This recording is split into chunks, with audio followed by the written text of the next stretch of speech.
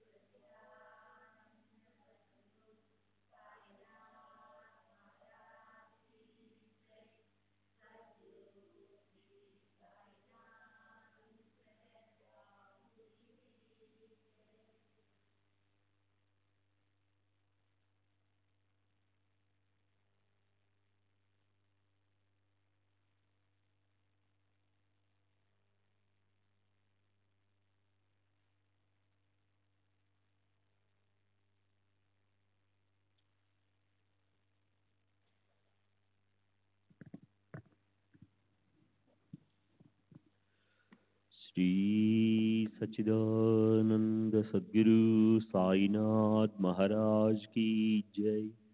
सद्गुरु श्री साईनाथ शरद बाबू जी की जय। శ్రీ సాయినాథాయ నమః. శ్రీ సాయిబాబా సత్య చరిత్ర 25వ అధ్యాయం నిన్నటి తరువాయి. ఇప్పుడు మరో సంగతి చెప్పి దాబో అన్న వృత్తాంతాన్ని ముగిస్తాను. ఈ సంగతి విన్న శ్రోతల చిత్తాలకు ఆనందం కలుగుతుంది, బాబాపై ఆసక్తి కలుగుతుంది. ఒకసారి ఏం జరిగిందంటే, గోవా నుంచి ఓ పార్సల్ వచ్చింది. అందులో ఎవరో రాళ్లే అనే పేరు గల ఓ రెవెన్యూ అధికారి మేలి రకమైన మామిడి పండ్లు పంపించాడు. బాబా పాదాలకు అర్పించమని మాధవరావు పేరు మీద పంపబడిన ఆ పార్సల్ని కోపరగాంలో తీసుకుని అతను షిరిడీకి వచ్చాడు. మసీదులో బాబా ఎదురు దాన్ని విప్పినప్పుడు అందులో అందమైన మామిడి పళ్ళు ప్రత్యక్షమైనాయి. మధురమైన సువాసనలు గుబాళించే ఆ మామిడి పండ్లు 300కు పైగా ఉన్నాయి. బాబా వాటిని చూసి మాధవరావుకి ఇచ్చారు. మాధవరావు దానిలోంచి 4 మామిడి పండ్లు కొలంబోలో పెట్టాడు. మిగిలినవి తనతో పాటు తీసుకెళ్లాడు. మామిడి పండ్లు కొలంబోలో పెట్టగానే బాబా తమ నోటితో ఏమన్నారో వినండి. ఈ మామిడి పళ్ళు దాము అన్న కోసం, వాటిని అక్కడే పడి ఉండనియండి. 2 గంటల తర్వాత దాము అన్న పూజ సామగ్రి తీసుకుని మసీదుకి వచ్చాడు. ఇంతకు ముందు జరిగిన విషయం అతనికి ఏం తెలియదు. బాబా గట్టిగా ఇలా అన్నారు, ఈ మామిడి పళ్ళు దామ్యవి, మనవి కావు. మనకు అవి తినాలని ఉన్నా ఇతరుల వస్తువులు మనం ఎందుకు తినాలి? ఎవరి మామిడి పళ్ళు వాళ్లే తినాలి. అవి ఎవరి మామిడి పళ్ళు వాళ్లే తినాలి, తిని చావాలి. అవి బాబా ప్రసాదం ఉన్న భావనతో అన్న వాటిని సహజంగానే స్వీకరించాడు. అది ఏదో అశుభ సూచకమని భయపడనక్కర్లేదని అన్నకు తెలుసు. తర్వాత పూజ పూర్తి చేసి అన్న వెళ్ళిపోయాడు. మళ్ళీ వచ్చి ఇలా అడిగాడు, ఈ పళ్ళను ఎవరికి ఇవ్వాలో నాకు తెలియటం లేదు. పెద్ద భార్యక, చిన్న భార్యక? బాబా ఇలా అన్నారు, చిన్న భార్యకు. ఆమెకు 8 మంది పిల్లలు పుడతారు. 4 మగపిల్లలు, 4 ఆడపిల్లలు. ఈ మామిడి పళ్ళ లీలతో జన్మిస్తారు. పుత్ర సంతానం లేకపోతే దానికోసం ఎంతగానో ప్రయత్నించాలి. సాధు సత్పురుషులను సేవించాలి. వారి కృప ఆశీస్సులు పొందాలన్న పిచ్చి ఉండేది అన్నాకి. అలా సాధు సత్పురుషులను పూజించేవాడు. అలాగే గ్రహాల సానుకూల్యతను ప్రార్థింపజేసుకోవాలని జ్యోతిష్య శాస్త్రంపై ఇష్టంతో దాన్ని నేర్చుకుని స్వయంగా తను జ్యోతిష్కుడైనాడు. నుదుటి మీద సంతాన రేఖ లేదు. ఇదే జ్యోతిష్ శాస్త్రం యొక్క అంతిమ నిర్ణయం. ఇది అన్నాకు తెలుసు. కనుక అతను నిరాశతో ఉండిపోయాడు. కానీ సాయిబాబా ప్రసన్నులై తమ నోటి నుంచి ఈ వాగ్దానపూర్వకమైన శబ్దాలు వినిపించి అతనిలో మళ్ళీ ఆశలు చిగురింపజేశారు. సరే, తర్వాత కొద్ది కాలానికి బాబా అక్షరాలు సఫలమయ్యాయి. సత్పురుషుల ప్రసాదం అనే మామిడి పూత నుంచి సంతతి అనే పళ్ళు చక్కగా పండాయి. బాబా అన్నట్లే జరిగింది. దాము అన్నాకి తన జ్యోతిష్యం అబద్ధమని తేలిపోయింది. సాయి మాటలు అమోఘమైన నిశ్చయము అయింది. ఆయన మాట ప్రకారం అతనికి పిల్లలు కలిగారు. సరే, ఈ బాబా మాటలు ఆయన దేహదారులుగా ఉన్నప్పటికీ, కానీ ఆ తర్వాత దేహత్యాగానంతరం కూడా తమ వాడి మహిమను స్వయంగా ఆయన నిశ్చయంగా చెప్పారు. నేను ఒకవేళ మరణించినా నా మాటల ప్రమాణంగా తీసుకోండి. నా ఎముకలు నా సమాధి నుంచి మీకు ధైర్యాన్ని ఇస్తాయి. నేనే ఏమిటి, నా సమాధి కూడా మీతో మాట్లాడుతుంది. దానికి అనన్యంగా శరణు వెళ్లే వారితోనే అది ఉంటుంది. నేను మీ కంటికి కనిపించనని మీరు చింతపడవద్దు. నా ఎముకలు మాట్లాడడాన్ని, మీకు కబుర్లు చెప్పడాన్ని మీరు వింటారు. నన్ను మాత్రం మీరు స్మరించండి. అంతఃకరణలో నాపై విశ్వాసం పెట్టండి. నిరీక్షతో నన్ను భజించండి. అప్పుడు మీకు శ్రేయస్సు కలుగుతుంది. బాబా అన్న ఈ మాటలు గుర్తొచ్చి హేమాడ్ పంత్ గుండె బరువెక్కింది. అతను ఇలా ప్రార్థిస్తున్నాడు, భక్తుల కోరికలను తీర్చే కల్పవృక్షమా, సర్వశక్తిమంతులు అయిన సాయి సద్గురు, మీ నుంచి ప్రసరించే దయామృతాన్ని నేను యాచిస్తున్నాను. ఈ హేమాడ్ పంత్కి మీ చరణాలతో వియోగం కలుగనివ్వకండి. భక్తజనులపై కరుణ చూపే గురువర్య, మమ్మల్ని రక్షించడానికి పరుగున రండి. మమ్మల్ని అవతల తీరానికి చేర్చండి. ఈ జగత్తులో కొంచెం కూడా విశ్రాంతి కలగటం లేదు. జనన మరణాల పరిభ్రమణం ముగించండి. మనసుకి ఇష్టం వచ్చినట్టు వ్యవహరిస్తూ సంసారంలో విషయాల గురించి ఆలోచించే మమ్మల్ని ఈ విషయ భోగాల నుంచి వెనక్కి మరల్చండి. మా వృత్తిని అంతర్ముఖం చేయండి. ఈ సంసార సాగరంలో మేము అలల్లాగా అటు ఇటు చెల్లిస్తున్నాం. సమయానికి చేయందించి ఈ సంసారం నుంచి మమ్మల్ని విడిపించండి. ఇంద్రియాలు విశృంఖలతతో స్వచ్ఛందంగా బయటకు వెళ్ళి నీతిబాహ్యంగా ప్రవర్తించడం వల్ల ప్రవృత్తమై ఉన్నాయి. అనియంత్రణతో ప్రవహించే ఈ నదికి ఆనకట్ట వేయండి. ఇంద్రియ సమూహాన్ని వెనక్కి తిప్పండి. ఇంద్రియాలు అంతర్ముఖం కానంత వరకు ఆత్మదర్శనం కలగదు. ఆత్మదర్శనం అవ్వకపోతే అత్యుత్తమ సుఖం ఎక్కడి నుంచి వస్తుంది? జన్మే వ్యర్థమైపోతుంది. భార్య, పుత్రులు, మిత్రులు వీరెవరూ చివరికి తోడురారు. మీరొక్కరే చివరి సుఖాన్ని లేదా మోక్షాన్ని ఇచ్చే ఆత్మబంధువు. ఓ సాయి మహారాజా, కర్మల పాశాలను తెంచేసి ఒక్కసారిగా మమ్మల్ని దుఃఖరహితులుగా చేయండి. మీ కృపాబలంతో ఈ దీను దుఃఖితులను ఉద్ధరించండి. అత్యంత పవిత్రులైన సాయి రాజా, మీ కృపా సామర్థ్యంతో వాదోపవాదాలనే చెడు ప్రవృత్తిని సమూలంగా నశింపజేసి మా నాలుగుపై మీ నామాన్ని నర్తించనియండి. మా మనసులకు మీరు ఎలాంటి ప్రేమను ఇవ్వాలంటే దానివల్ల సంకల్ప వికల్పాలు మనసుల్లోకి రానేయకూడదు. శరీరము, ఇల్లు వాకిలి వీటి స్పృహ కలగకూడదు. నేను అనే అహంకారాన్ని సుదీర తీరాలకు పారద్రోలండి. కేవలం మీ నామస్మరణే జరగాలి. ఇతరాలేవి గుర్తుకు రాకూడదు. మనసుని చాంచల్యం స్పృశించకూడదు. మీరు మమ్మల్ని కడుపులో పెట్టుకోండి. మా అజ్ఞానమనే అంధకార రాత్రిని అస్తమింపజేసి మీ వాత్సల్య కాంతుల వెల్లువ సుఖంలో మమ్మల్ని అలరారనివ్వండి. అప్పటికి మాకు కొరతే ఉంటుంది. మీరు మాచే చరిత్ర అనే అమృతాన్ని మనసారా త్రాగించి మమ్మల్ని తట్టి లేపారు. ఈ పుణ్యకార్యం ఏమైనా చిన్నదా? రాబోయే అధ్యాయం దీనికన్నా మధురమైనది. వినేవారి కోరిక నెరవేరి వారికి సాయి చరణాల్లో ప్రీతి పెరుగుతుంది. శ్రద్ధ చక్కగా బలపడుతుంది. తమ గురు చరణాలను వదిలేసి షిరిడి దర్శనానికి వచ్చిన ఒక భక్తుడు బాబా చరణాలకు నమస్కరించినప్పుడు బాబా అతని గురు చరణాల్లో భక్తిని దృఢం చేశారు. అలాగే శ్రీమంతుడైన వ్యక్తి సంకటాల నుండి తన భార్య పిల్లవాడితో సహా సాయి దర్శనానికి వచ్చినప్పుడు అతని మనోరథం ఎలా నెరవేరుతుందో, మూర్ఛ జబ్బుతో పీడించబడే అతని పిల్లవాడిని ఆయన తమ కేవల దర్శనంతో రోగం నుంచి ఎలా విముక్తిని చేశారో, అంతకుముందు జరిగిన అనుభవాలను ఎలా గుర్తు చేశారో అది వినండి. హేమాడ్ పంత్ సాయికి శరణుజొచ్చి శ్రోతలకు ఆదరపూర్వకంగా ఇలా విన్నపం చేస్తున్నాడు. సాయి కథను వినడం పట్ల ఆసక్తిని పెట్టుకోండి, చెవులను సార్థకం చేసుకోండి. సర్వులకి శుభమస్తు. ఈ ప్రకారంగా సత్పురుషులు సజ్జనులు ప్రేరణ కలిగించిన భక్త హేమాడ్ పంత్ రచించిన శ్రీ సాయి సమర్థుని సత్య చరిత్రలోని భక్త అభీష్ట సంపాదనం అనే పేరు గల 25వ అధ్యాయం ముగిసింది. శ్రీ సద్గురు సాయినాథార్పణమస్తు. శుభం భవతు.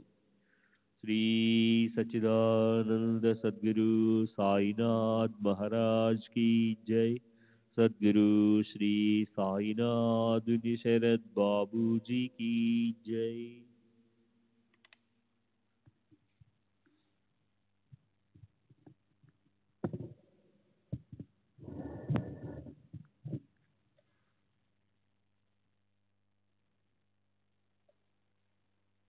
ఇరవై 25వ అధ్యాయానికి పరిపూర్ణ వివరణ. పై అధ్యాయంలోని 94వ ఓవిలో బాబా దాము అన్న కోసం కొలంబాలో పెట్టిన మామిడి పండు గురించి తిని చావమను అన్న ఆశ్చర్యకరమైన చెడు మాటలు ఎందుకన్నారు, దాని అర్థం ఏమై ఉంటుంది? దీనికి వివరణ చెన్నైకి చెందిన కీర్తిశేషులు నరసింహస్వామి తాను వ్రాసిన లైఫ్ ఆఫ్ సాయిబాబా 3వ సంపుటి 3వ అధ్యాయంలో అందమైన పద్ధతిలో ఇచ్చారు. చావు అనేది శారీరకమైనది కాదు, ఆధ్యాత్మిక దృష్టికి సంబంధించిన మరణం అని తెలుసుకోవాలి. ఈ మరణం అంటే పెళ్లి తర్వాత ఒకరి వెనుక ఒకరు సంతత జనన మరణాల వల్ల, ఇతర బాధ్యతల వల్ల కలిగే చింతల వల్ల సంసారంలో మొల్లోతున దిగపడిపోయినందువల్ల కలిగే భ్రమ లేదా ప్రమాదము. సనత్ కుమారుడు సుజాతీయంలో అంటాడు, ప్రమోదో మృత్యుం రహిం బ్రవీమి. ప్రమాదాన్ని మృత్యువు అంటారు. హేమాడ్ పంత్ కూడా 52వ అధ్యాయంలో ఓవిలో దీన్నే చెప్పారు. మోహం మిథ్య, జ్ఞానానికి కారణమవుతుంది. దానివల్లే ఆత్మస్వరూపం ధ్యానంలోకి రాదు. దానివల్ల సర్వ అనార్థాలకు మూల కారణమైన జనన మరణాలనే పరిభ్రమణ ఉత్పన్నమవుతుంది. మోహము అంటే మిథ్య జ్ఞానము, అన్నాత్మ. ఉదాహరణకి శరీరము, మనస్సు, ఇంద్రియాలు మొదలైనవి ఆత్మే అని భావించి అభిమానం పెట్టుకోవటాన్నే విద్వాంసులు మృత్యువు అంటారు. సాయిబాబాకు తమ భక్తులు ప్రపంచంలో చిక్కుకొని పరమార్థాన్ని నిర్లక్ష్యం చేయటం ఇష్టం లేదు. అర్ధార్థి అంటే ధనమో లేక సంసారంలోని ఇతర సుఖ సాధనాలను ప్రాప్తింపు చేసుకోవటానికో భక్తి పెట్టుకొని దాము అన్న లాంటి భక్తుల కోరికలను వారి మొండితనం వల్ల ఒకవేళ నెరవేర్చినప్పటికీ దానితో పాటు తిని చావు లాంటి కొన్ని సాంకేతికపూర్వకమైన మాటలని వారికి ఆ సూచన కూడా ఇచ్చేవారు, లేదా తమకది ఇష్టం లేదని చెప్పేవారు. తన పిల్లలు బాగా మొండితనంతో ఏదైనా కావాలని అడిగినప్పుడు వారి తల్లి వారికి అది ఇచ్చి తీసుకొని చావు అని కోపంతో అనదా? సరే. అది కీర్తిశేషులు నరసింహస్వామి ఎదుట 1936వ సంవత్సరంలో కీర్తిశేషులు దాము అన్న చెప్పిన సంగతులు చదివి ఆయన అభిప్రాయాన్ని ఈ అధ్యాయంలో సందర్భానుసారం వివరిస్తున్నాను. శ్యామ కొలంబాలో 4 కాదు 8 మామిడి పండ్లు పెట్టాడు. బాబా చిన్నపిల్లల్ని బాగా ముద్దు చేసేవారు. వాళ్ళని ఆయన తమ చుట్టూ పెట్టుకొని తినటానికి తినుబండారాల ప్రసాదం ఇచ్చి వారిని ఎంతో గారాబం చేసేవారు.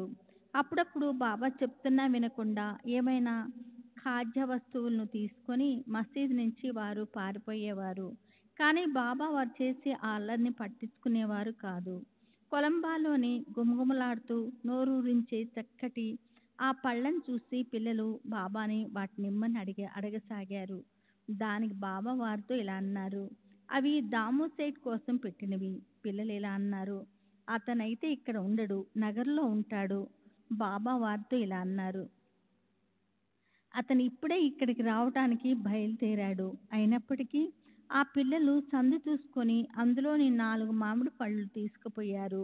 కొలంబాలో 4 పళ్ళు మాత్రమే దాము అన్న కోసం మిగిలాయి. దానికి పై అధ్యాయంలో బాబా దాము అన్నతో ఇలా అన్నారు. చిన్నపారికి 8 మంది పిల్లలు కలుగుతారు. ఆమె 4 అబ్బాయిల్ని 4 అమ్మాయిల్ని ఈ మామిడి లీలతో ప్రసవిస్తుంది. అలా అనటానికి అర్థం ఇదని తెలుస్తుంది. తర్వాత అందులో 4 చనిపోయారు, 4 జీవించారు. దీనికి కూడా ఇదే కారణమని తెలుస్తుంది.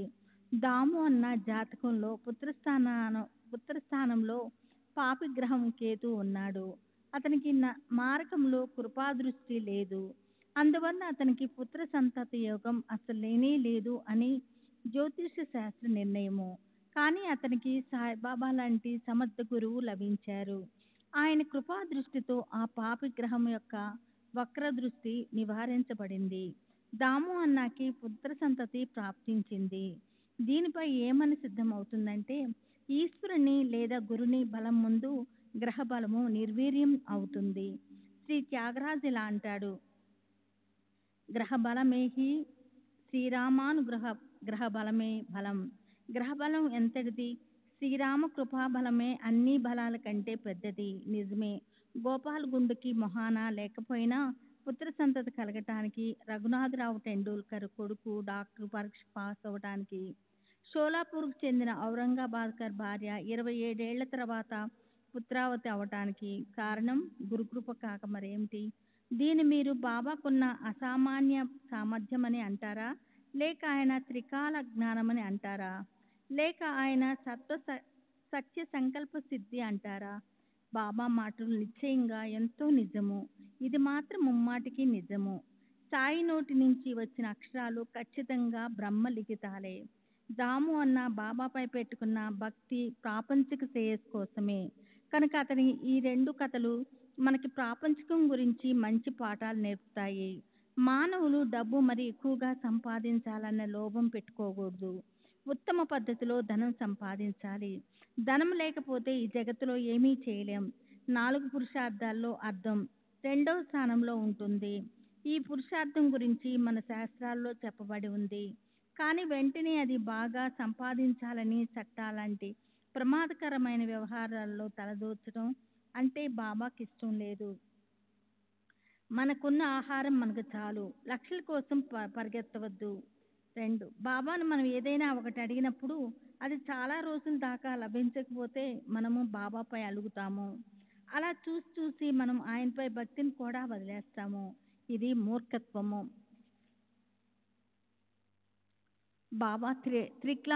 బాబా త్రికాల జ్ఞాని. ఆయనకు మన అంతిమ శ్రేయస్సు ఎందులో ఉందో తెలుసు.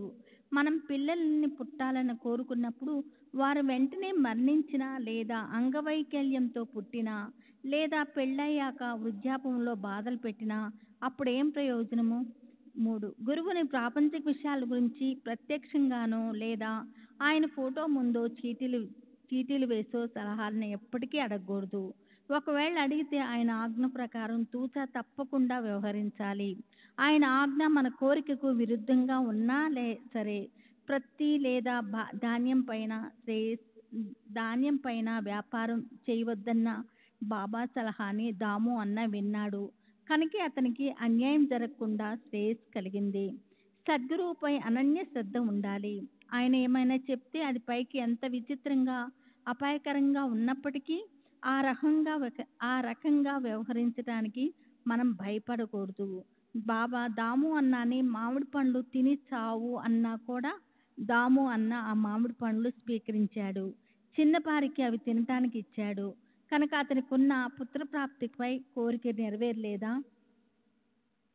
26వ అధ్యాయము అపస్మార ఆత్మహత్య నివారణము లేక నిజ గురు పద స్థిరీకరణము. దర్శనానికి వచ్చిన పీతలే కొడుకు మూర్ఛ రోగం బాగు చేయటము, పూణేకి చెందిన అంబాడేకర్ ఆత్మహత్య గురించిన ఆలోచన ఆపేయటము, ముంబై పంతుని అతని గృహచరణాల్లో స్థిరపడటము.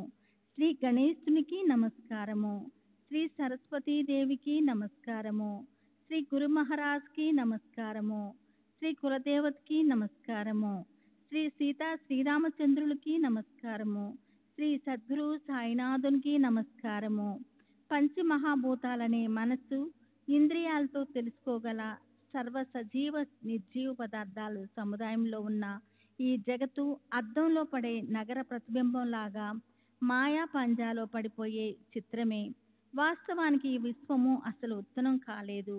అయినప్పటికీ ఈ జగత్తు ఆ ఆత్మస్వరూపంలో స్థితిమై ఉండి సజీవ నిర్జీవాలతో ఉత్పన్నమైనట్లు కనిపిస్తుంది.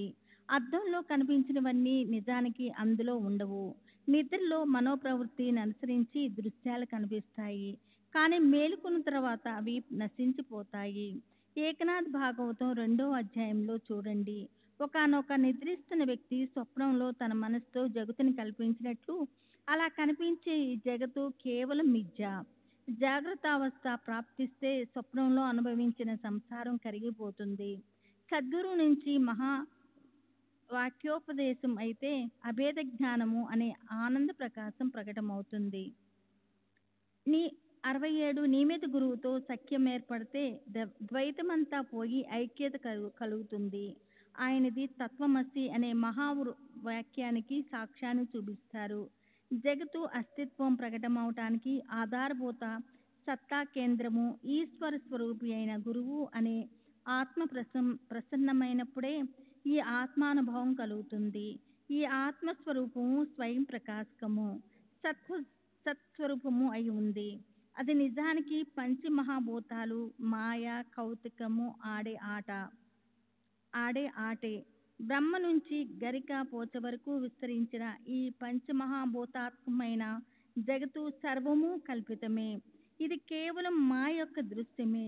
దాని నిజమైన స్వరూపం తెలియకపోవటం వల్ల త్రాటిని సర్పంగా, పూలమాలగా లేదా మణులమాలగా, దృంగగా, నీటి ప్రవాహంగా పొరబడిపడుతుంటాము. అలాగే ఆత్మ యథార్థ జ్ఞానం లేకపోవటం వల్ల ఆత్మలో ఈ జగత్తు విస్తరించి అస్తిత్వంలో ఉన్నట్టు కనిపిస్తుంది. గురూపదేశంలో మేల్కొనే సమయం వస్తే తత్వజ్ఞానంతో పరమేశ్వరుని యథార్థ జ్ఞానంతో మాయమైన దృష్టి నశించిపోతుంది.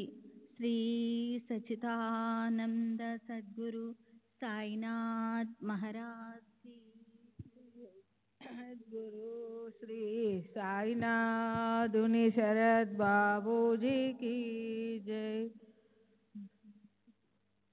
గురు అనే ధాతువు యొక్క తృతీయ పురుషలో ఏకవచనం యొక్క రూపం అంటే గృహ్ణాతి.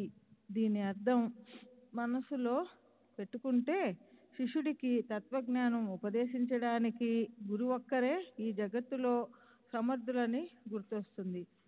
గు కారం చ గుణాతీతం, రుకారం రూపవర్జితం. గుణాతీత స్వరూపం చ యోదధ్యాత్ సగురు స్మృత.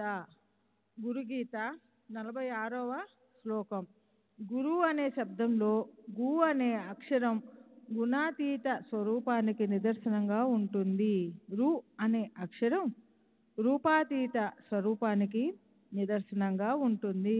గుణానికి రూపానికి అతీతంగా అంటే నిర్గుణ నిరాకార స్వరూపాన్ని ప్రాప్తింపచేసేవారు లేదా సాక్షాత్కారం కలిగించే వారినే గురువు అంటారు. కనుక సాయిబాబాకి ఇలా విన్నపం చేస్తున్నాను. నా బుద్ధి ఆత్మ పరాయణురాలై నిత్యానిత్యాల్లోని భేదాన్ని తెలుసుకునేలా చేయండి. విషయ సుఖాలను త్యాగం చేయడానికి తత్పరమై ఉండేటట్లు చేయండి. నేను సారాసార విచారాలు లేని మూర్ఖుణ్ణి. అవిద్య అనే తెరతో కప్పబడి సర్వదా మూర్ఖత్వంతో కల్పన చేసేవాడినై ఉన్నాను. కనుకే నాకు సమస్య వచ్చింది. బాబా గురువు వేదాలు చెప్పిన మాటల్లో నేను అచంచల విశ్వాసాన్ని పెట్టేలా చేయండి. అప్పుడు నా మనసు అద్దంలా స్వచ్ఛమవుతుంది. అందులో ఆత్మ జ్ఞానోపదేశ ముద్ర స్పష్టంగా పడుతుంది. మనసుకి బాగా అర్థమవుతుంది. ఓ సద్గురు సాయి సమర్థ, ఈ జ్ఞానంలోని యథార్థ సత్యతను నాకు తెలియజేయండి.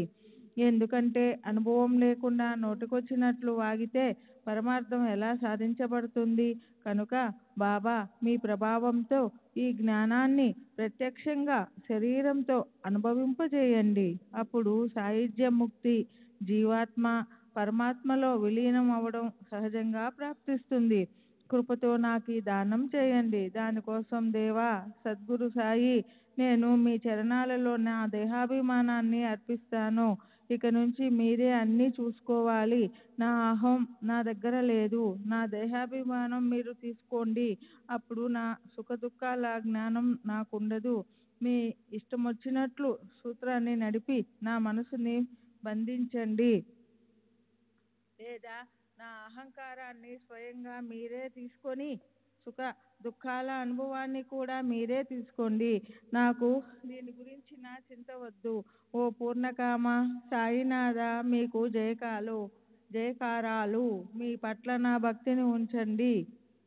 సర్వ శుభ గోష్ఠికి నివాస స్థానమైన సాయినాథ, నా ఈ చంచల చిత్తాన్ని మీ పాదాల దగ్గర శాంతింపజేయండి. మీరు తప్ప మాకు హితాన్ని బోధించే వారెవరు? మా దుఃఖాన్ని దూరం చేసి మా మనసుకి తృప్తి ఎవరు కలిగిస్తారు? బాబా షిరిడి అదృష్టం వల్ల మీరు ఇక్కడికి వచ్చారు. ఆ తర్వాత మీరు ఇక్కడే ఉండిపోయారు. ఈ స్థానాన్ని తీర్థక్షేత్రంగా చేశారు. షిరిడి పుణ్యం ధన్యం. సాయి కృపావంతులై ఈ స్థానాన్ని తమ వాస్తవ్యంతో అలంకరించి దాన్ని అదృష్టవంతురాలుగా చేశారు. ఓ సాయినాథ, మీరే నాకు ప్రేరకులు. నా వాణి నడిపించేది మీరే అయినప్పుడు మరి మీ గుణగానాన్ని చేయడానికి మధ్యలో నేనెవర్ని? అన్ని పనులు చేసేది చేయించేది మీరొక్కరే.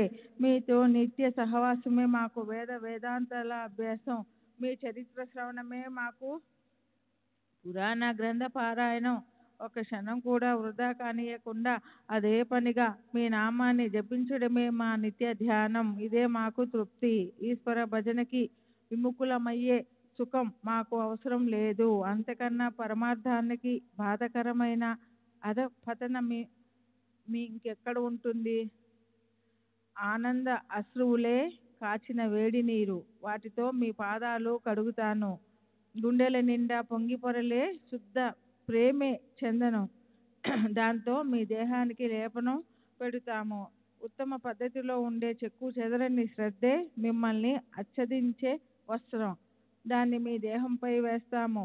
బాహ్యోపచార పూజతో కాక ఈ మానసిక పూజా విధితోనే మేము మిమ్మల్ని ప్రసన్నులుగా సుఖ సంపన్నులుగా చేసుకుంటాం. మనసుని పూర్తిగా ఏకాగ్రం చేసి సాత్విక అష్టభావాలని 8 రేకులున్న ప్రవిమల కోమల కమల సుమాలను మీ చరణాలపై పెడతాము. దాని ఉత్తమ ఫలాన్ని మాకు ప్రసాదించండి. అమాయక భక్తి లేక శ్రద్ధ అనేవే బుక్క, దాన్ని మీ నుదుటికి పెడతాము.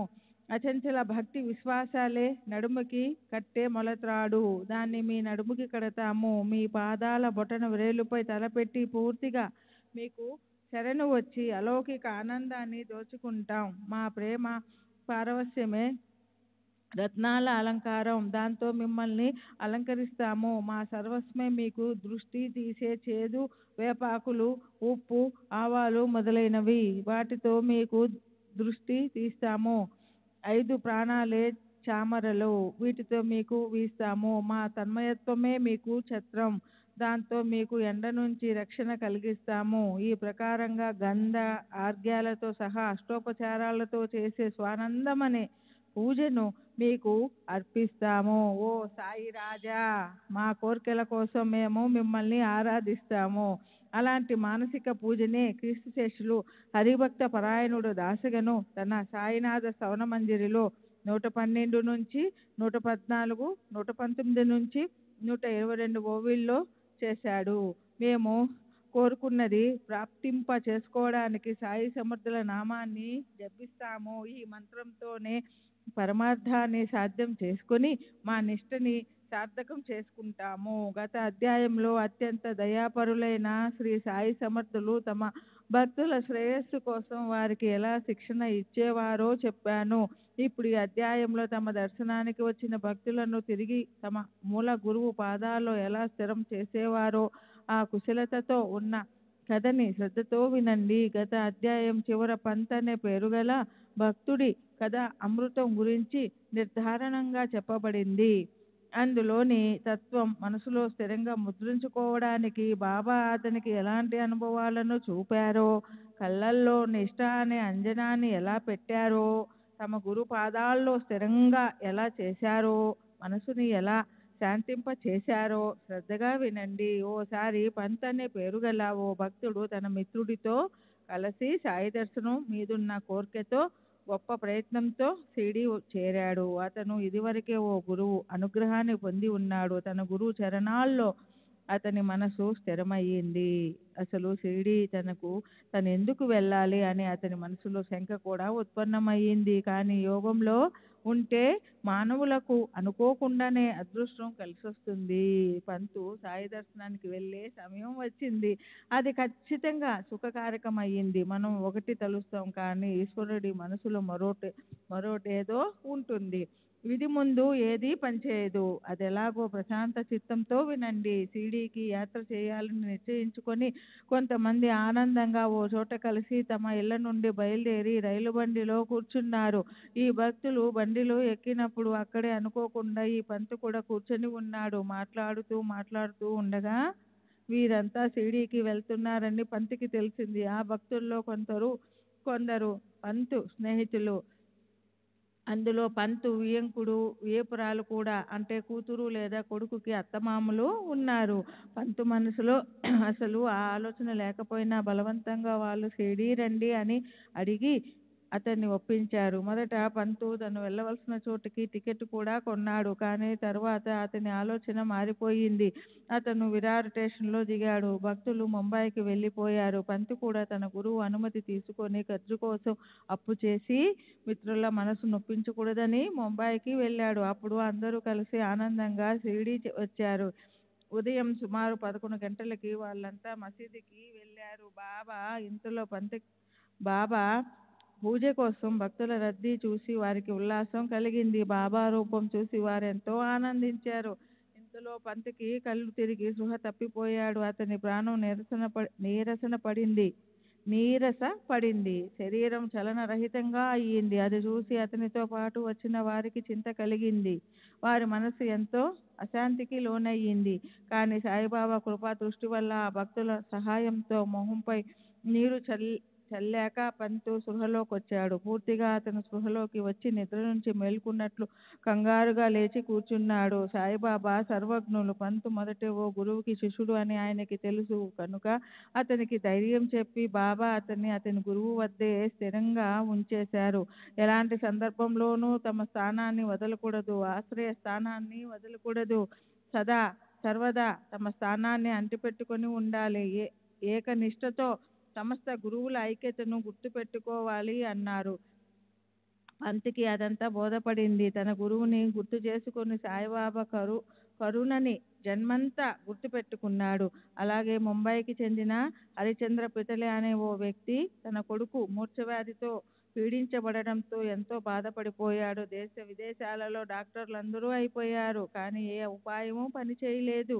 అందరి ప్రయత్నాలు వ్యర్థమైపోయాక చివరికి సాధు సత్పురుషులు మిగిలారు. క్రీస్తు శకం 1910వ సంవత్సరంలో దాసగను కీర్తనలు ప్రారంభమయ్యాయి. శ్రీ సాయినాథుల కీర్తి వ్యాపించి షిరిడీకి వచ్చే యాత్రికులు పెరిగారు. షిరిడీ ఎక్కడో మారుమూల కుగ్రామం, అయితే అది గొప్ప అదృష్టవంతురాలు. అది ఇప్పుడు పండరిపురమే అయ్యింది. యాత్రికులు అపారంగా వస్తున్నారు. సాయిబాబా తమ కేవల దర్శనంతోనూ లేదా కేవల హస్త స్పర్శతోనూ లేదా కేవల కృపాదృష్టితోనూ రోగాన్ని తొలగిస్తారని అనేకులకు అనుభవంలోకి వచ్చింది. ఆయన్ని అనన్యంగా శరణు వెళ్తే భక్తులకు శ్రేయస్సు కలుగుతుంది. అందరి మనసులోని ఇచ్చ తెలుసుకొని బాబా అవన్నీ నెరవేరుస్తారు. విభూది అంటే బాబా దినులోని బూడిద పెట్టడంతో భూత పిశాచాలు పారిపోతాయి. ఆశీర్వాదంతో రోగాలు నశించిపోతాయి. కృపా దృష్టితో దుఃఖాలు అసలు దగ్గరికే రావు. అది విని జనులు షిరిడీకి పరుగున పోతారు అన్న సాయిబాబా మహిమ దాసగను గ్రంథం ద్వారాను కీర్తనల ద్వారాను విని పితలేకి బాబా దర్శనం చేసుకోవాలన్న ఉత్సాహం కలిగింది.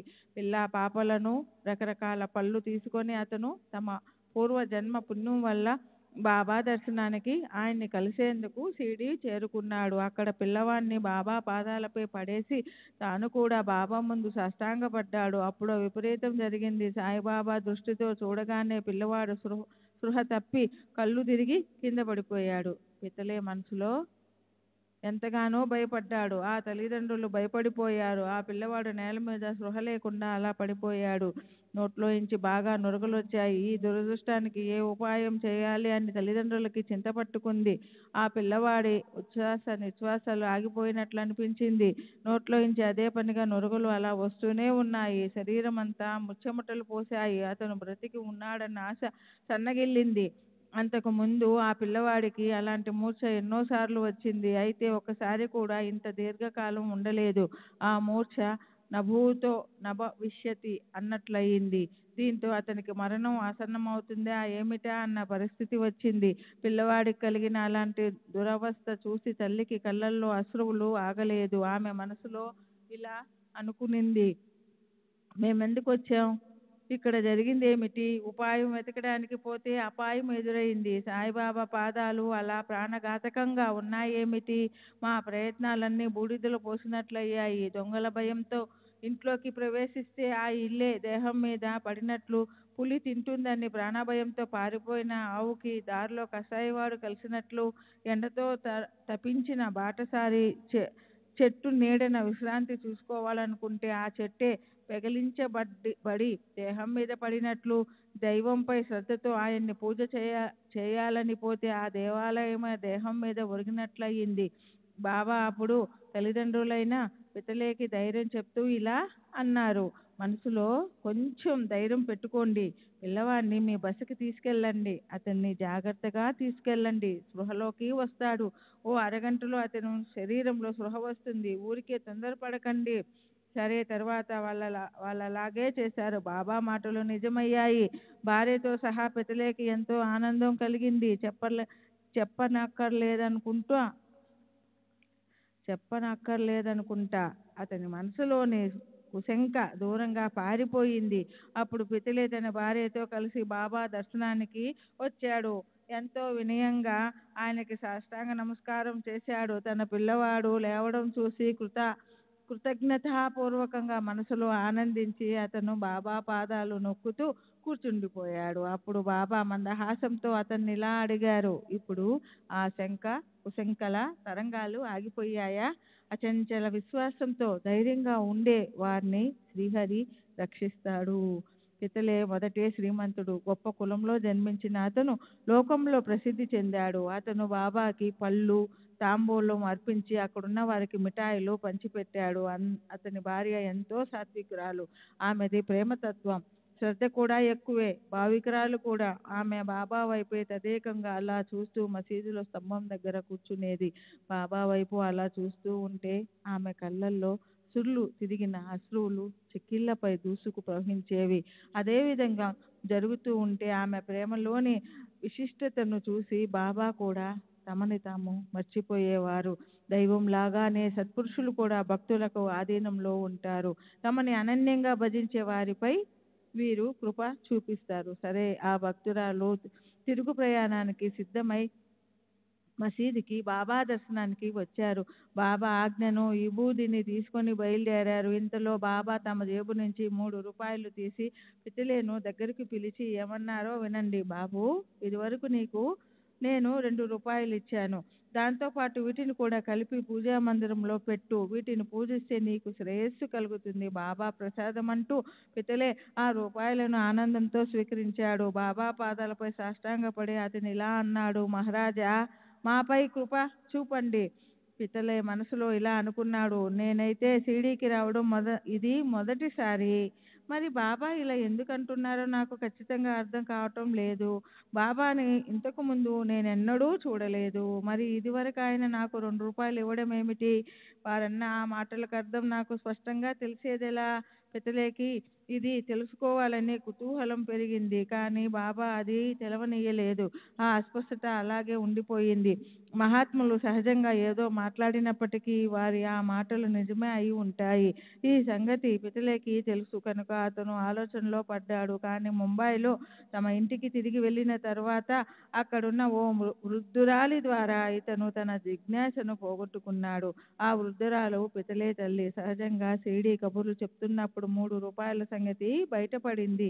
అయితే దాంతో ఎలా సమన్వయం చేసుకోవాలో మొదట తెలియలేదు. కానీ తర్వాత ఆలోచిస్తూ ఉంటే ఆ వృద్ధురాలికి గుర్తొచ్చింది. ఆమె పితలేతో ఇలా అంది, ఇప్పుడు నాకు నిజంగానే గుర్తొస్తుంది. బాబా అన్న మాటలు ఎంతో నిజం. ఇప్పుడు నీవు నీ కొడుకుతో షిరిడీకి వెళ్ళి బాబా దర్శనం చేసుకున్నావు కదా, అలాగే మీ నాన్న నిన్ను ఇదివరకు అక్కలకోట తీసుకెళ్లారు. అక్కడి మహారాజు కూడా గొప్ప ప్రసిద్ధి చెందిన సిద్ధ పురుషులు, సర్వజ్ఞులు, యోగులు, విద్వాంసులు, పరోపకారులు. మీ నాన్న కూడా పరిశుద్ధమైన ఆచరణ కలవారు. మీ నాన్న చేసిన పూజను స్వీకరించి ఆ యోగిరాజు ప్రసన్నులైనారు. ఆయన ప్రసాదంగా 2 రూపాయలు పూజ అర్చనలు చేయడానికి ఇచ్చారు. ఆ 2 రూపాయలు మన పూజలో ఉండేవి. మీ నాన్న ఎంతో శ్రద్ధతో నియమంగా వాటిని పూజించేవారు. ఆయన నిష్ఠ నాకొక్కదానికే తెలుసు. ఆయన అలా వ్యవహరించేవారు. ఆయన పోయిన తర్వాత ఆ పూజా సామాను పిల్లల ఆట వస్తువులా అయ్యాయి. పిల్లలకి దైవం మీద శ్రద్ధ పోయింది. పూజ అంటే ఓ సిగ్గు పడే వ్యవహారంలా అయిపోయింది. పూజ కోసం చిన్నపిల్లలే నియమించడం జరిగింది. ఇక రూపాయల గురించి ఎవరు పట్టించుకుంటారు? అలా ఎన్నో సంవత్సరాలు గడిచిపోయాయి. ఆ రూపాయలు ఎక్కడో పోయాయి. వాటిని గురించి గుర్తు కూడా పూర్తిగా పోయింది. ఆ రూపాయలు 2 మాయమైపోయాయి. సరే, నీ అదృష్టం గొప్పది. సాయి రూపంతో అక్కలకోట స్వామి మహారాజే ఆ మరుపు అనే అచ్ఛేదనను దూరం చేయడానికి, సంకటాలను నివారించడానికి మీకు కలిశారు. అయినా ఇక మీదట పొరపాటుగానైనా సరే మిథ్యా భావనను రానీయకు. మీ పూర్వజుల ఆచరణ వైపు శ్రద్ధ పెట్టు. పొరపాటు పనులు చేయవద్దు. ఆ రూపాయలను పూజించి వాటిని మహాత్ముల ప్రసాదమని, వాటిని భూషణంగా భావించు. సాయి సమర్థులు ఈ చిహ్నాన్నే మీకు చెప్పి మీ భక్తిని మళ్ళీ జాగృతం చేశారు. తల్లి చెప్పిన ఈ మాటలు విని పితలే మనసుకెంతో ఆనందం కలిగింది. సాయిబాబా వ్యాపకత గురించి మనసుకి ఖచ్చితంగా తెలిసింది. దర్శనం సార్థకమైనట్లు అనిపించింది. తల్లి శబ్ద రూప అమృతం పితలో నశించిపోయిన భావనను మేల్కొల్పింది.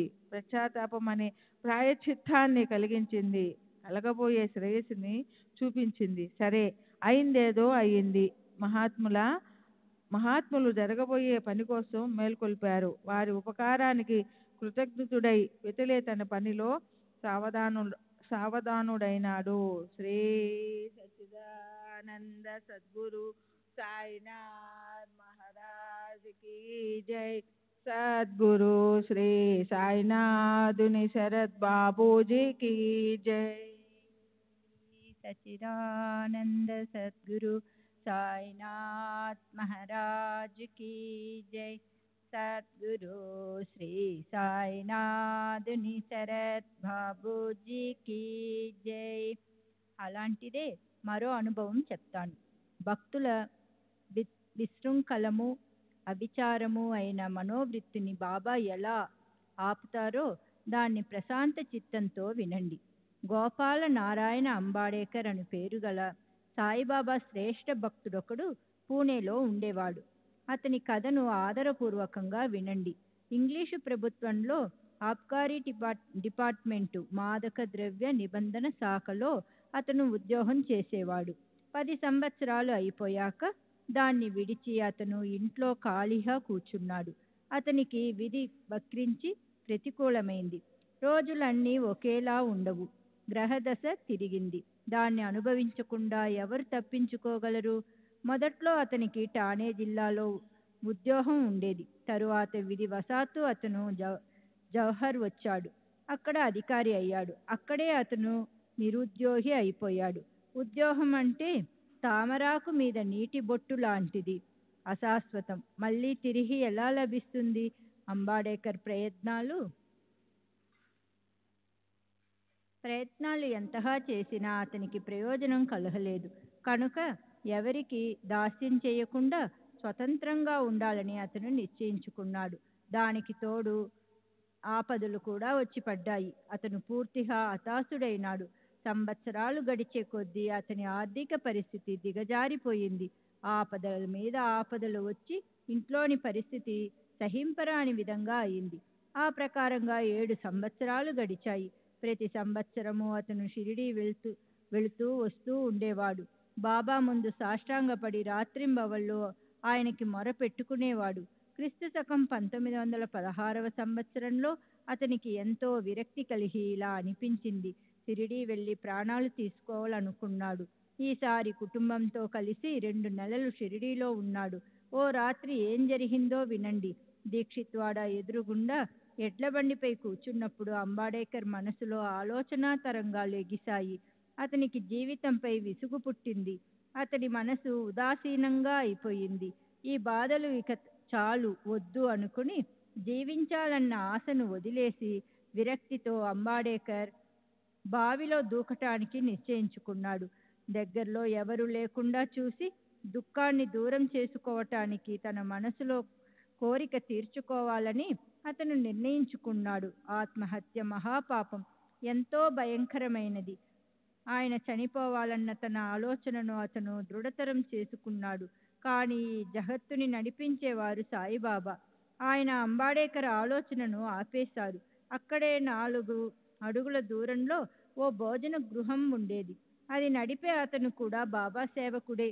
సగునుడు అప్పుడు ఇంటి గుమ్మం దగ్గరకు వచ్చి అంబాడేకర్ని ఇలా అడిగాడు, అక్కల్కోట మహారాజు గారి చరిత్ర ఎప్పుడైనా చదివావా? చూద్దాం చూద్దాం, ఏం పుస్తకం అది అంటూ అంబాడేకర్ దాన్ని చేతిలోకి తీసుకున్నాడు. సహజంగా పేజీలు తిరగేసి మధ్యలో అతను చదవసాగాడు. కర్మ ధర్మ సంయోగం ఎలా కలుస్తుందో చదివే విషయం కూడా అలాగే కలుస్తుంది. అతను చదివిన వెంటనే తన హృదయంలోని ఆలోచనపై దాని ప్రభావం పడటమనే ఆ కథ సహజాతి సహజంగా జరిగింది. దాన్నంతా శ్రోతలకు గ్రంథ విస్తరణ భయంతో క్లుప్తంగా చెప్తాను. అక్కల్కోటలో ఆత్మస్వరూపంలో నిమగ్నమయ్యే గొప్ప మహాత్ముడు స్వామి సమర్థ మహారాజు ఉంటున్నప్పుడు అనేక రోగాలతో బాధపడే భక్తుడొకడి సహింపరాని కష్టాలు ప్రాప్తించాయి. రోగాల నుంచి ముక్తుడు కావాలని ఎన్ని రోజులు అతను మహారాజుని సేవించాడు. ఇప్పుడు ఆ కష్టాన్ని సహించలేకపోవడం వల్ల ఆ భక్తుడు ఎంతో ఉద్విగ్నుడైనాడు. ఆత్మహత్య చేసుకోవాలని నిశ్చయించుకుని రాత్రివేళ ఒక బావిలోకి దూకాడు. ఇంతలో స్వామి సమర్థ మహారాజు అక్కడికి వచ్చి తన చేత్తో అతని బయటికి తీసి అతనికి ఇలా ఉపదేశించారు. భోక్తృత్వం అంటే ప్రారబ్ధవశాన అనుభవించటానికి వచ్చిన సుఖ దుఃఖాలు అంతా అనుభవించవలసి ఉంటుంది. మన పూర్వకర్మలను అనుసరించి వ్యాధులు, కుష్టు, క్లేశాలు, రోగాలు వస్తాయి. ఇవి పూర్తిగా అనుభవించక హత్య చేసుకుంటే దాని నుంచి ముక్తి ఎలా పొందుతావు? ఈ అనుభవం పూర్తి కాకపోతే మరో జన్మనెత్తవలసి వస్తుంది. కనుక అలాగే కష్టాలను కొంచెం సహనంతో అనుభవించు, ఆత్మహత్య చేసుకోవద్దు. ఈ సమయోచితమైన కథను చదివి అంబాడేకర్ మనసులో విస్మయం చెందాడు. బాబా వ్యాపకత్వాన్ని చూసి తన స్థానంలో ఒక్కసారిగా హాయిగా కూర్చున్నాడు. ప్రారబ్ధం అనుభవించి తీరాలని బాబా సరైన సమయానికి సూచించారని అంబాడేకర్ మనసుకు తెలిసింది. ఆత్మహత్య అనే ఆ గొప్ప సాహసానికి అతను పూనుకోలేదు. ఈ దృష్టాంతం అశరీరీ వాణియే చెప్పిందని అంబాడేకర్కు అనిపించింది. అతనికి సాయి చరణాల్లో ఆసక్తి కలిగింది. నిజంగానే సాయిబాబా అసంభవం అనిపించే సంఘటనలను సంభవంగా చేస్తారు. సగునిని నోటితో సాయి సంకేతాలు ఈ గ్రంథం ద్వారా లభించటం ఏం కొంచెం ఆలస్యమైన ప్రాణానికి ముప్పొచ్చేది, జీవితం మట్టిపాలయ్యేది, కుటుంబానికి భయంకరమైన నష్టం కలిగేది, భార్యకి అనర్థం వాటిల్లేది, స్వార్థ పరమార్థాలు 2 కూడా పోయేవి. గ్రంథాన్ని నిమిత్తంగా చేసుకుని బాబా సగునునికి ప్రేరణ కలిగించి ఆత్మహత్య నుంచి అంబాడేకర్ మనసుని వెనక్కు మరల్చారు. ఈ ప్రకారంగా జరిగి ఉండకపోతే అంబాడేకర్ పాపం వ్యర్థంగా ప్రాణాలు పోగొట్టుకుని ఉండేవాడు. కానీ సాయి లాంటి తారకులు ఉన్న చోట చంపేవాడు మాత్రం ఎలా చంపగలడు? ఈ భక్తుడి తండ్రికి అక్కల్కోట స్వామిపై భక్తి ఉండేది. అదే భక్తిని కొడుకుతో ఇక ముందు కూడా నడిపించాలన్న స్పష్టమైన బోధను బాబా అతనికి ఈ అనుభవ రూపంతో చేశారు. సరే, తరువాత మంచే జరిగింది. ఆ రోజులు కూడా గడిచిపోయాయి. అంబాడేకర్ జ్యోతిష శాస్త్రాన్ని కష్టపడి అభ్యసించాడు. దాని ఫలితం కూడా దక్కింది. సాయి కృపా ప్రసాదం పొందటంతో తరువాత మంచి రోజులు వచ్చాయి. జ్యోతిష శాస్త్రంలో ప్రావీణ్యత సంపాదించాడు. మునుపటి దైన్యావస్థ నశించిపోయింది. గురు చరణాల్లో ప్రేమ పెరిగింది. ఆరోగ్యం, క్షేమం, సౌఖ్యం కలిగాయి. సంసారంలో విశ్రాంతి, ఐశ్వర్యం లభించాయి. అత్యంత ఆనందం ప్రాప్తించింది. ఒకదాన్ని మించి ఒకటిగా అలా లెక్కలేనంతగా ఉన్న బాబా చమత్కారాలను చెప్తూ పోతుంటే గ్రంథం విస్తరిస్తుంది కనుక కేవలం వాటి సారం మాత్రమే చెప్తున్నాను. హేమాడ్ పంత్ సాయిబాబాని శరణన్నాడు. రాబోయే అధ్యాయంలో శ్యామకి బాబా విష్ణు సహస్రనామం అనే దానాన్ని ఎలా ఇచ్చారు అన్న మధురమైన వర్ణన వస్తుంది. శ్యామ వద్దు వద్దు అంటున్నా అతని మీద అనివార్యమైన ప్రేమ వల్ల బాబా బలవంతంగా అతనికి విష్ణు సహస్రనామాన్ని, దాని గొప్ప మహత్యాన్ని అందంగా చెప్పిస్తారు. ఇప్పుడు విచారపూర్వకంగా ఆ కథను వినండి. అనుగ్రహించే సమయం వస్తే శిష్యులకి అసలు ఇష్టం లేకపోయినా బాబా అనుగ్రహాన్ని ఇచ్చినట్లు తెలుస్తుంది. సద్గురువు దగ్గర అనుగ్రహించటం అనే పద్ధతి ఎంతటి అలౌకికంగా ఉంటుందో అది ఈ అధ్యాయంలో కనిపిస్తుంది. శ్రోతలు ఈ కథను ఆదరపూర్వకంగా వినాలి. సాయి సమస్త గుణాల నిధి, సకల శుభాలకు శుభం. ఆయన చరిత్ర పవిత్రము, పుణ్యకారకము. అదృష్టముంటేనే అది వినటానికి ప్రవృత్తులవుతాము. సర్వులకి శుభమస్తు. ఈ ప్రకారంగా సత్పురుషులు, సజ్జనులు ప్రేరణ కలిగించిన భక్త హేమాడ్ పంత్ రచించిన శ్రీ సాయి సమర్థుల సత్య చరిత్రలోని అపస్మారము లేదా ఆత్మహత్య నివారణ లేక నిజ గురు పద స్థిరీకరణ అనే పేరు గల 26వ అధ్యాయం ముగిసింది. శ్రీ సద్గురు సాయినాథార్పణమస్తు. శుభం భవతు.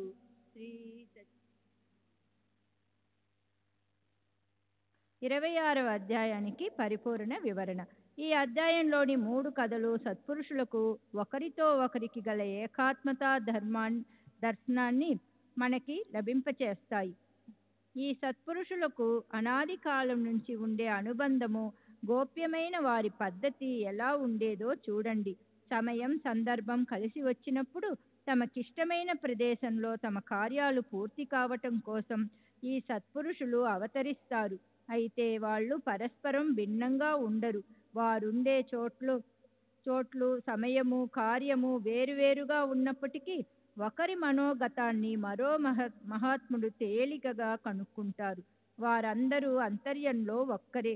మొదటిది పంతు కథలో సాయిబాబా పంతు గురువుతో ఏకాత్మత లేకపోతే ఆయన పంతుని గురుపుత్రత్వం అంటే ఓ గురువుకి శిష్యరికం ఇదివరకే స్వీకరించాడని తెలిసి ఉండేవారా? మన స్థానం వదలకూడదు అని ఉపదేశించి ఉండేవారా? రెండవది హరిశ్చంద్ర పితలే కథలో సాయిబాబాకి అక్కల్కోట స్వామి సమర్థులతో ఉన్న ఏకాత్మత ఎంతో స్పష్టమైంది. బాబు, ఇది వరకు నీకు నేను 2 రూపాయలు ఇచ్చాను. వాటితో పాటు వీటిని కూడా పూజించు. అలా పూజిస్తే మీకు శ్రేయస్సు కలుగుతుంది.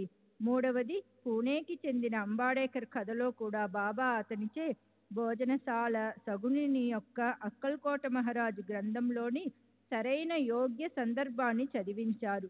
అతని తండ్రికి స్వామి భక్తి ఉందని, ఇప్పుడు తను కేవలం స్వామి సమర్థులే అవటం వల్ల ఇది వరకు ఒక భక్తుణ్ణి బావిలో దూకి ఆత్మహత్య తప్పించినట్లే ఇప్పుడు అంబాడేకర్ని రక్షించారు.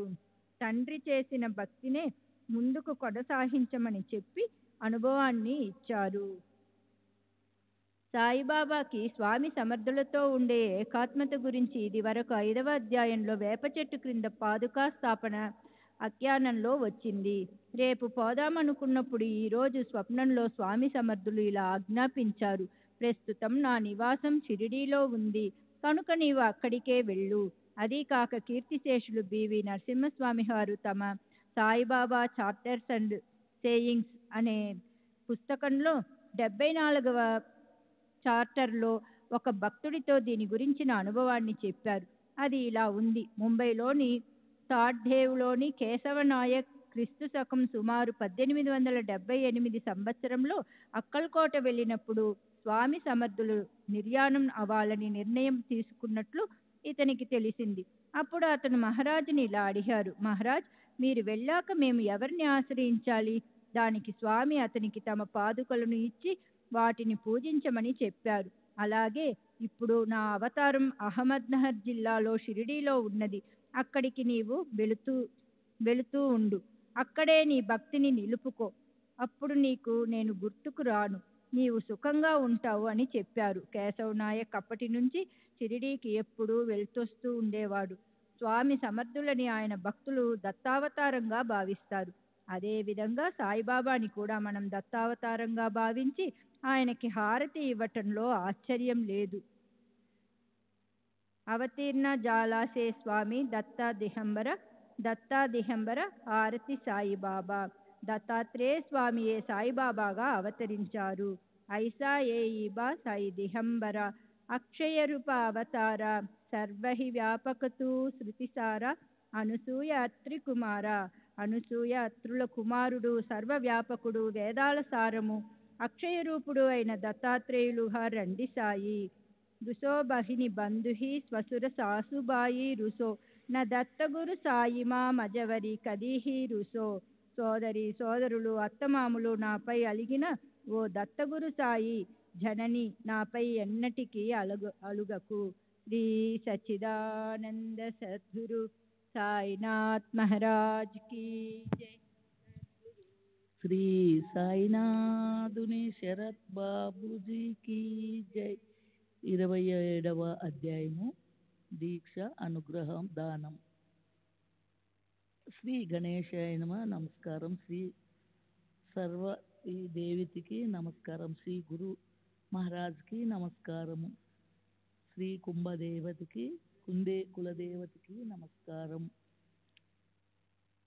శ్రీ సీతారామచంద్రకి నమస్కారం. శ్రీ సద్గురు సాయినాథునికి నమస్కారం. శ్రీ సద్గురు ధారణాలు దృఢంగా పట్టుకుంటే త్రిముఖులై బ్రహ్మ విష్ణు మహేశ్వరులకు నమస్కరించి అట్లా అవుతుంది. సాక్షాత్తు పరబ్రహ్మకే నమస్కరించి అట్లా అవుతుంది. చిన్మయ కాంతులు వెదజల్లే అపరిమిత పట్ల అవుతుంది. సాక్షాత్తు పరబ్రహ్మకే నమస్కరించి అట్లా అవుతుంది. చిన్మయ కాంతులు వెదజల్లే అపరిమిత స్వానందం అతి సహజంగా ప్రకటమవుతుంది. ఒక్క సాగరంలో మునిగితే అన్ని చోట్ల ఉన్న అన్ని రకాల తీర్థయాత్రలను చేసినట్లు, అదే విధంగా ఒక్క సద్గురువు పాదాలను విశ్వాసంతో ఆశ్రయిస్తే అక్కడ దేవతలందరూ కలుస్తారు. ఓ సద్గురు సాయినాథ, మీకు జయకారణాలు. సముద్యముక్తిని ప్రాప్తించేసే కల్పవృక్షమా, మీకు జయకారాలు. ఆత్మజ్ఞాన సాగర, మీకు జయకారాలు. శ్రోతల మనసులకు మీ కథ విషయంలో పూజ్యాన్ని ఉత్సవాన్ని చేయండి. ఆకాశంలో నుంచి మబ్బుల ద్వారా వర్షించే నీటి చాతక పక్షి ఎంత ఆతృతతో క్రగుతుందో అంతే ఉత్సాహంతో మీ భక్తులందరూ ఆనంద రసజలపాతాలు వర్షించే ఈ కథామృతాన్ని సేవించి సదా సుఖిస్తారు. మీ పవిత్ర కథను విని అష్టజష్ట మిత్రులతో కలిసి శ్రోతల శరీరంలో సర్వత్రా చెమటలు పట్టే కనురెప్పల మటు నుంచి ప్రేమాశ్రువులు వరదలుగా వచ్చి ప్రేమకరంతో వారి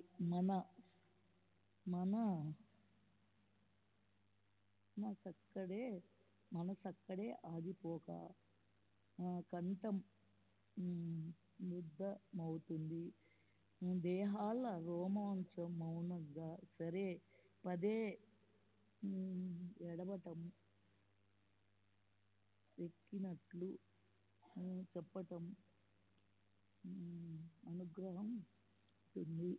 శ్రీ సచిదానంద సద్గురు సాయినాథ్ మహారాజ్ కీ జై. సద్గురు శ్రీ సాయినాథుని శరత్ బాబూజీకి జై.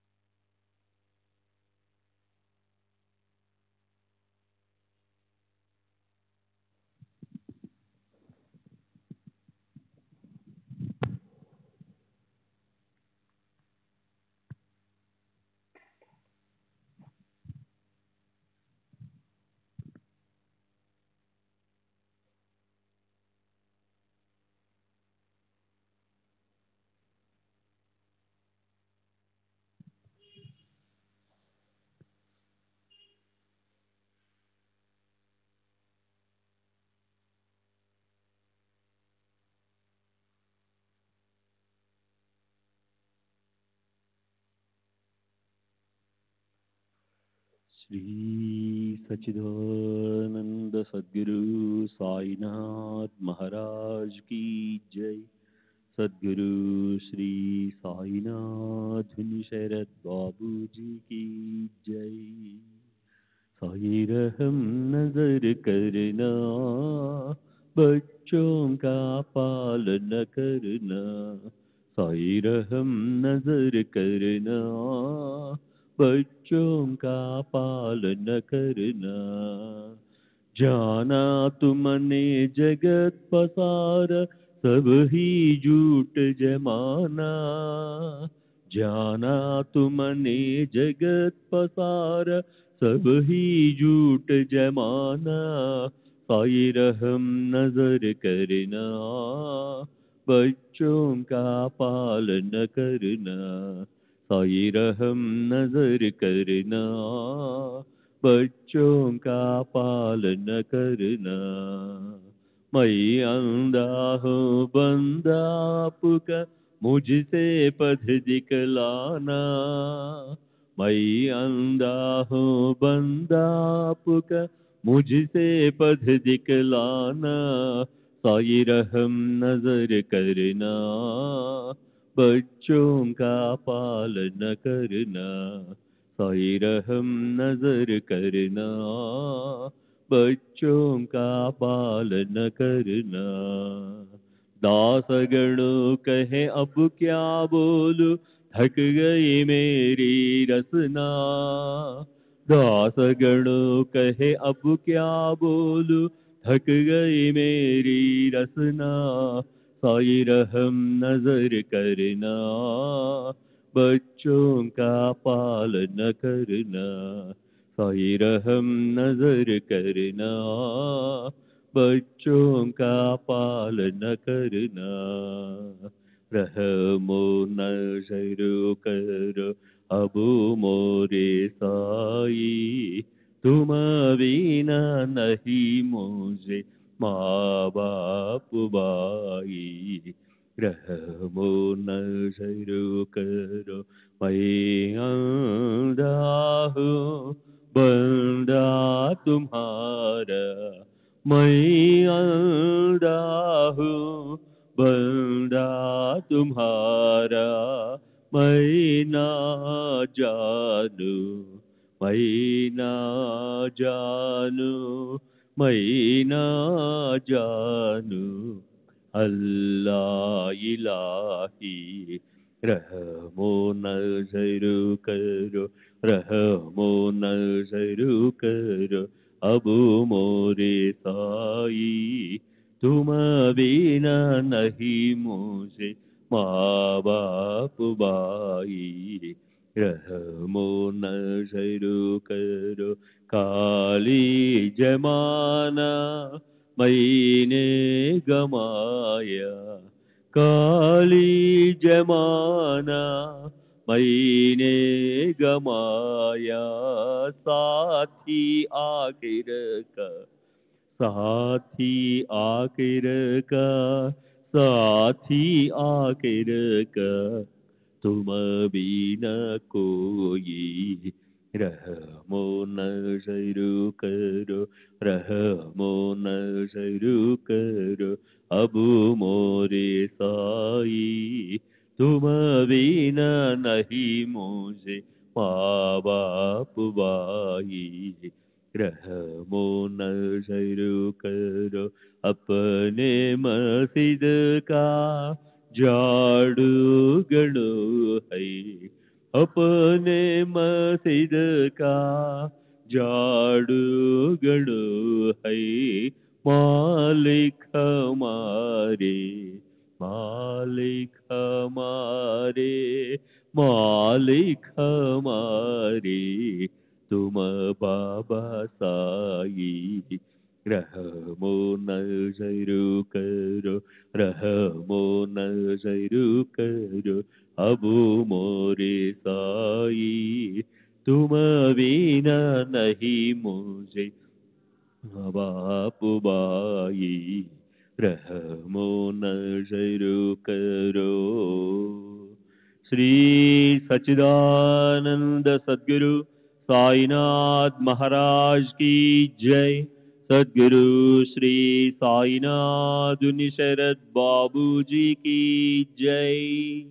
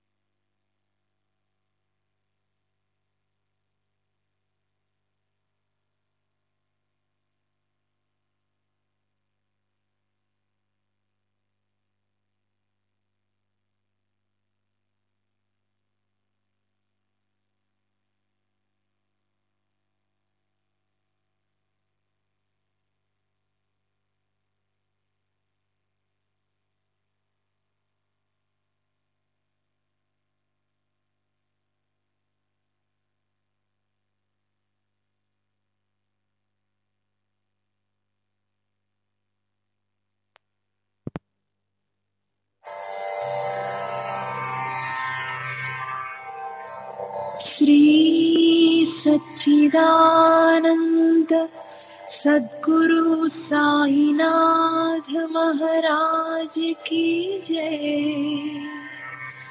सद्गुरु श्री साईनाथुनि शरद बाबू जी की जय।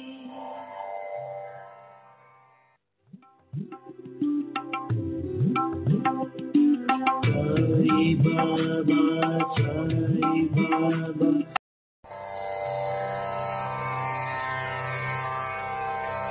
श्री सच्चिदानंद सद्गुरु साईनाथ महाराज की जय।